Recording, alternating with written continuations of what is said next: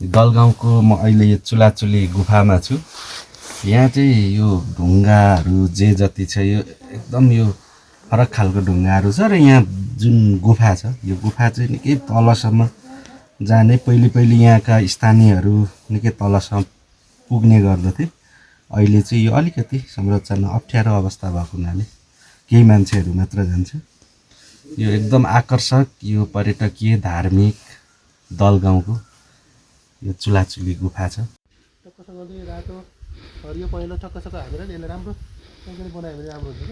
यो चाहिँ एउटा रामपचराई गाउँपालिकाकै यो धार्मिक तथा एउटा पर्यटकीय क्षेत्र हो यो चुलाचुली गुफा।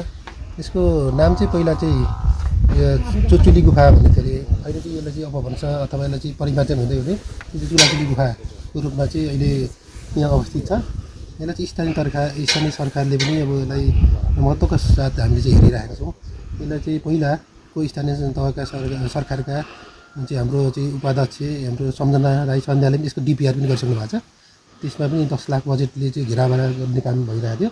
त्यसपछि अहिले हाल आएर पनि हामीले हाम्रो चाहिँ पालामा गाउँपालिकाबाट चाहिँ जलवायु अनुकूलनबाट 10 लाख बजेट विनियोजन गरेर यो चुलाचुली गुफालाई चाहिँ हामीले एउटा धार्मिक तथा पर्यटक स्थलको रूपमा यसलाई चाहिँ अगाडि बढाउने हामीले चाहिँ काम गरिरहेको छौँ। अहिले गेटहरू बनेको छ, अहिले पक्षालयहरू बनिरहेको छ।